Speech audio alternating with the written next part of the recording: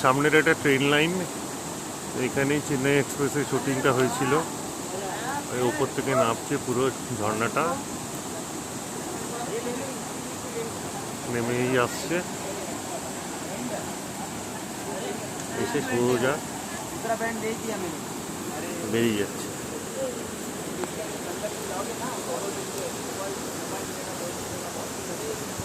তবে সব থেকে ভালো জিনিস যেটা, সেটা হচ্ছে পৌঁছানোটা এবং এখান থেকে ফেরত যাওয়া।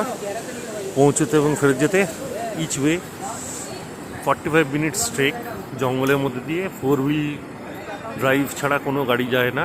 একদম পাথর, কাঁচা মাটি, কাদা, তার মধ্যে দিয়ে যাওয়া আর আসা, মানে কোমরটা হাতে ধরে নিলে খুব ভালো হয়।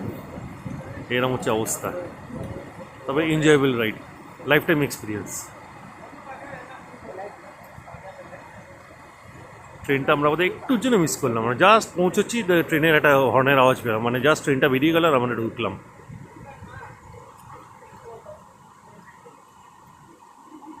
পুরো বর্ষাকালে যখন এখানে অ্যালাউড, এখানে অ্যাকচুয়ালি অ্যালাউড হচ্ছে অক্টোবর থেকে, ফুল বর্ষাকালে এই পুরোটা উপরটা সাদা হয়ে যায়।